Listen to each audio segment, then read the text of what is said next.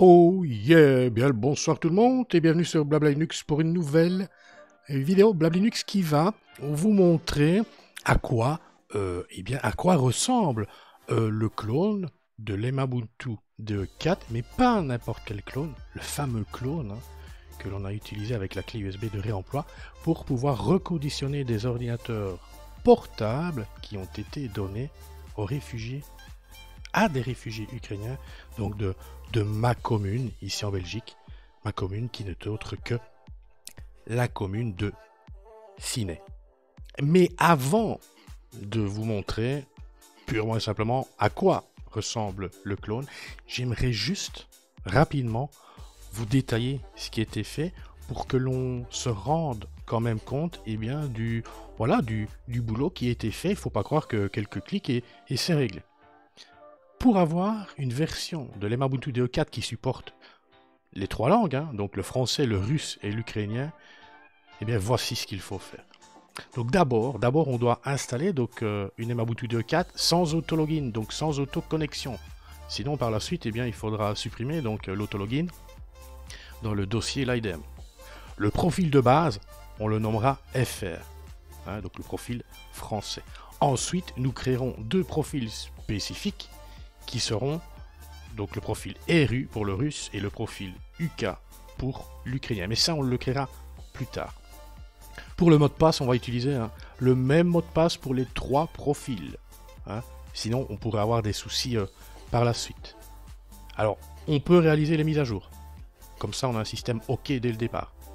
Ensuite, il va falloir ajouter les locales.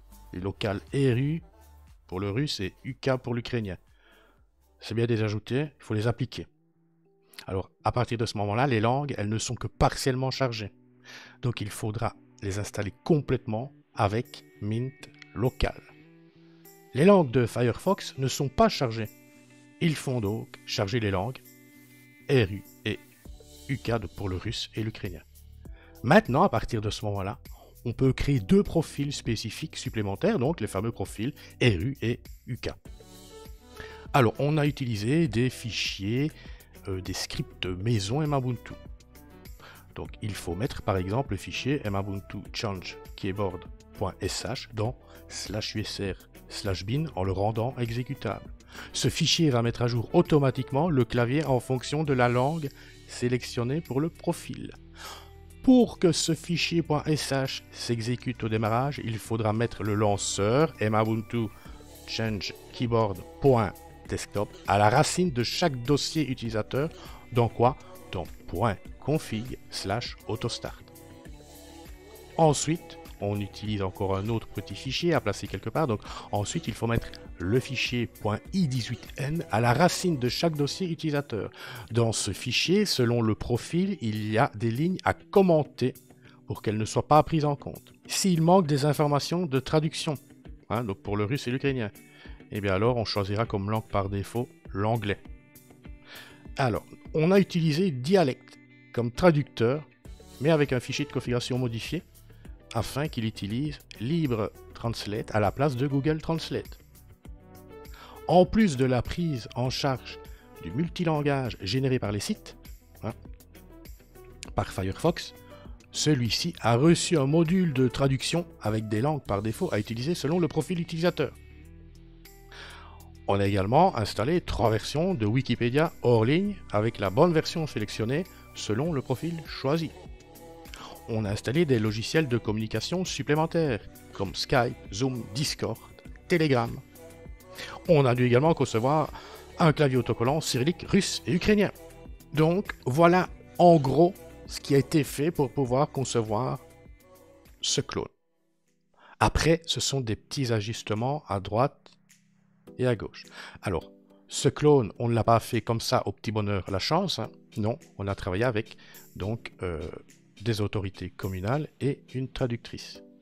La traductrice avait une machine pilote entre les mains qu'elle a pu tester pendant une semaine et nous remonter des problèmes, admettons, spécifiques à l'Emabuntu, mais notamment, nous, ce qu'on voulait, c'était que notre système puisse réellement répondre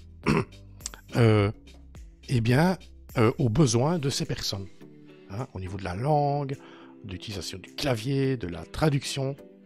La traductrice a bien fait son boulot.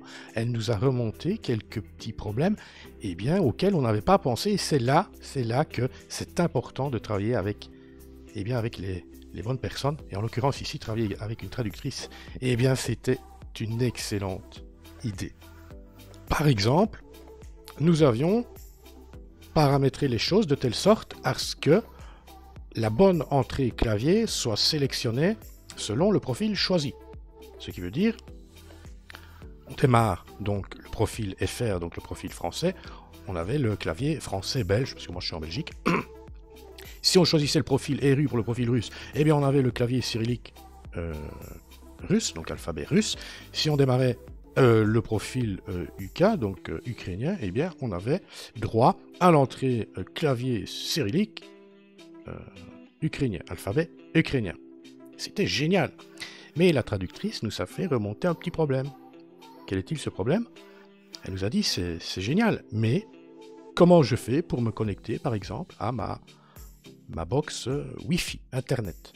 Ah oui, tiens, c'est pas bête. C'est là qu'elle nous dit, c'est génial, ok, j'ai l'entrée clavier ukrainien parce que j'ai sélectionné le profil ukrainien, mais j'ai quand même besoin à ce moment-là, précisément, lorsque je veux me connecter à ma box Internet, de l'entrée clavier belge. Tout comme quand elle a voulu se connecter à son compte mail, elle avait besoin de l'entrée clavier belge. Hein. C'est là qu'on a enlevé donc cette sélection automatique du clavier et que on a préféré alors laisser libre choix du clavier selon le profil sélectionné. Ça veut dire quoi? Ça veut dire que si on sélectionne le profil russe, on démarre avec l'entrée clavier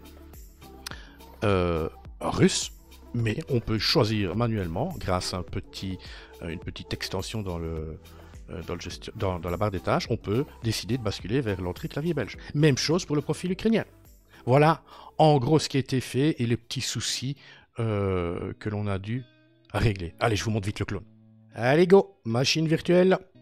Ce que vous allez voir là, donc c'est réellement ce que les réfugiés ukrainiens ont reçu avec leur magnifique laptop reconditionné by Emabuntu. Le clone, donc comment je procède? Je procède donc aux installations grâce à la clé USB de réemploi. Ok, donc le clone est totalement installé et après je dois juste manuellement y placer donc les 3 Wikipédia hors ligne et vous allez voir, je crée un instantané time shift du système, hein, mais en excluant le répertoire qui contient les Wikipédia hors ligne. Allez, on y va, je démarre cette machine virtuelle. Et vous allez voir que c'est pas mal du tout. Hein. Il faut être chauvin, c'est bien, c'est très bien même.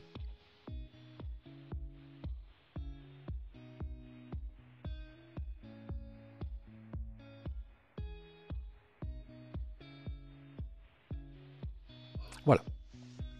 On arrive donc sur l'écran de connexion. Et qu'avons-nous? 3 profils. FR, RU, UK. Je choisis le profil FR. Le mot de passe est le même pour les 3 profils à venir. À venir est placé grâce à un sticker autocollant sur chacun des laptops.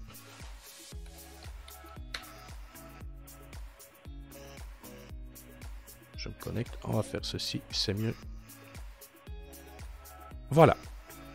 On peut déjà voir quoi? On peut déjà voir que sur le bureau, j'ai mis en évidence donc le traducteur, dialecte et les logiciels supplémentaires de communication, donc Discord, Skype, Telegram et Zoom. Maintenant, j'aurais peut-être dû démarrer sur un autre profil, hein, mais je vais vous montrer ce qui était fait. Au moins, on profite de la langue française et je profite de l'entrée clavier belge, hein, qui m'arrange. Et après, on basculera sur les autres profils. Donc, si je démarre Firefox,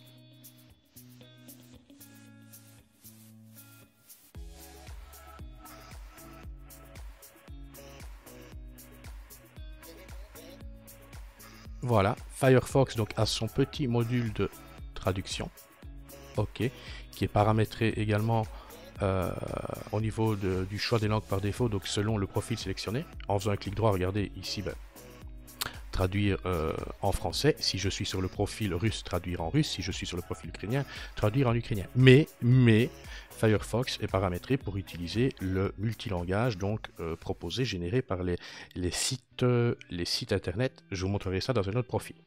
Ok. Alors, nous avons donc dialecte et traducteur. Là, regardez, il est bien paramétré. Ok. J'introduis du français, j'ai la traduction en ukrainien. Ou en russe. Ok. Nous avons tous les logiciels de communication spécifiques qui ont été ajoutés. Ce ne sont pas des paquets universels Flatpak. Donc j'ai lancé Discord. Je vais lancer Skype.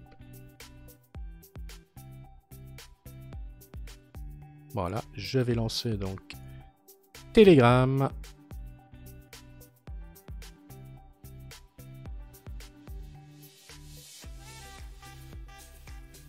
Authentification en cours, ok, tac, on s'en fout. Donc nous avons plus que Zoom à lancer.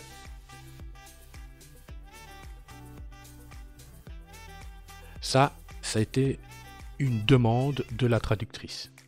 Ok, la communication est importante pour les réfugiés, hein, ça se comprend.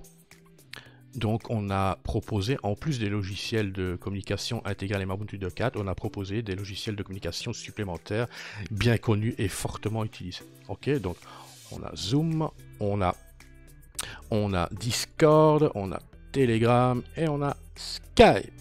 Alors, maintenant, regardez, je vais donc lancer Kiwix, on est sur le profil français, donc on a droit à l'encyclopédie Wikipédia hors ligne, mais en français, s'il vous plaît, et uniquement en français. Comme ça, il n'y a pas de problème. Alors, je vais vous montrer donc où sont placés les fichiers ZIM. Donc, les fichiers ZIM, ce sont les fameux fichiers donc Wikipédia hors ligne. Hein. Ok, donc je lance Tunar, système de fichiers. Regardez, j'ai créé un répertoire Free Culture qui contient un répertoire Wikipédia qui contient les 3 fichiers ZIM. Hein. AE3, eh bien, il totalise 77,3 gigas. Mais vous avez vu, on est sur le profil français. Eh bien, on a juste Wikipédia hors ligne en français qui est proposé. Alors, attention, ce répertoire Free Culture, c'est important. Il faut modifier les permissions, par exemple, et lui donner pour les autres hein, l'accès en lecture seule. Et c'est là maintenant que, regardez, je vais démarrer TimeShift, mot de passe à venir, et on peut voir que TimeShift est bien paramétré. Ok. Et au niveau des filtres, hein, il y a une exclusion du répertoire Free Culture.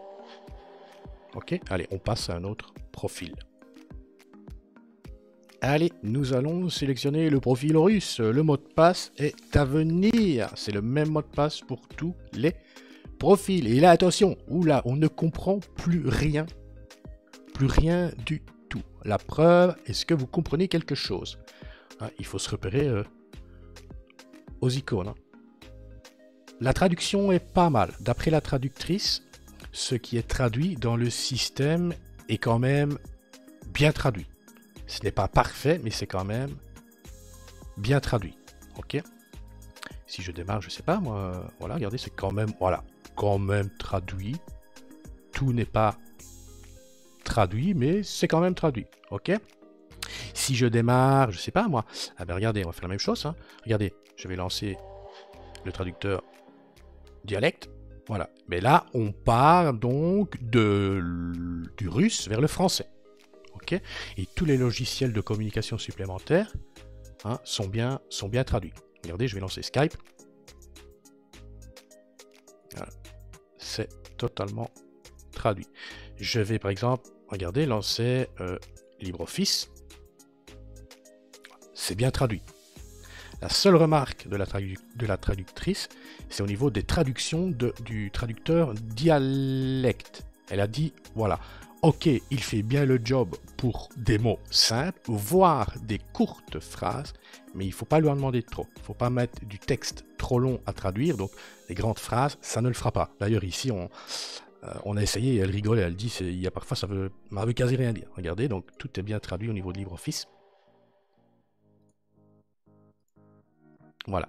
Donc, si je rentre des caractères, regardez, j'utilise l'entrée clavier cyrillique russe, l'alphabet russe. Ok. Mais si pour une raison quelconque, notamment se connecter au Wi-Fi, devoir se connecter à son compte mail, regardez là. Tac, je passe en entrée clavier belge, et là, voilà, c'est magnifique quand même tout ça. Hein. Ok. Je comprends rien du tout. Voilà. Je sais pas moi, Firefox. Allez, on va lancer Firefox. Regardez bien, vous allez comprendre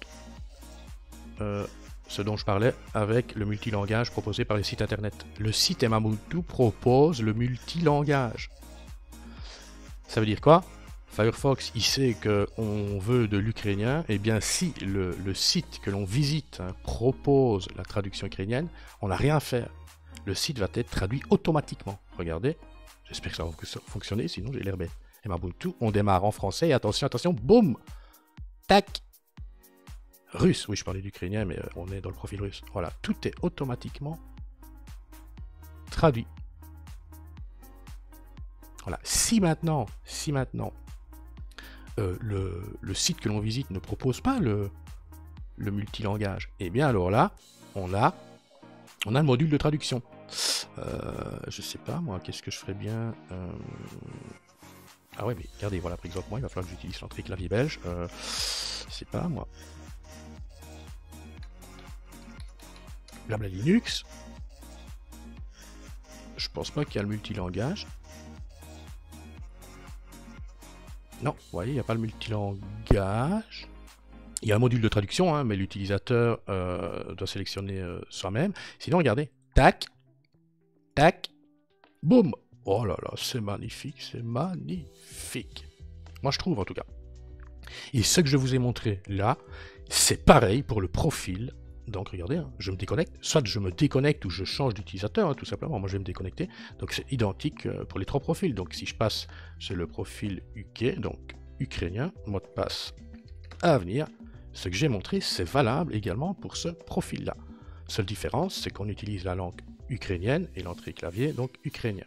Alors attention, quand je parle du profil russe, dans ce profil-là, c'est le russe d'Ukraine. Oui, parce qu'il y a le russe russe et il y a le russe que l'on parle en Ukraine. C'est différent. Voilà, ça aussi, c'est grâce à la traductrice.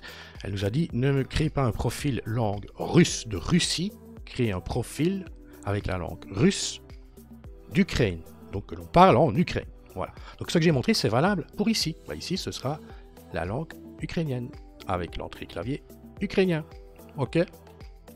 Ah oui, regardez, je ne vous ai pas montré un Wikipédia hors ligne dans un profil spécifique, donc dans le profil russe ou ukrainien. Regardez bien, je vais lancer donc Kiwix. On travaille avec le profil ukrainien, et bien regardez, on a juste accès au Wikipédia hors ligne ukrainien qui est beaucoup plus léger en termes de poids. Voilà. Tac, je pense que c'est 36 Go pour le français. Ou 32, 30 ou 28 pour le russe et 17 pour l'ukrainien. Voilà. Et c'est cool, hein.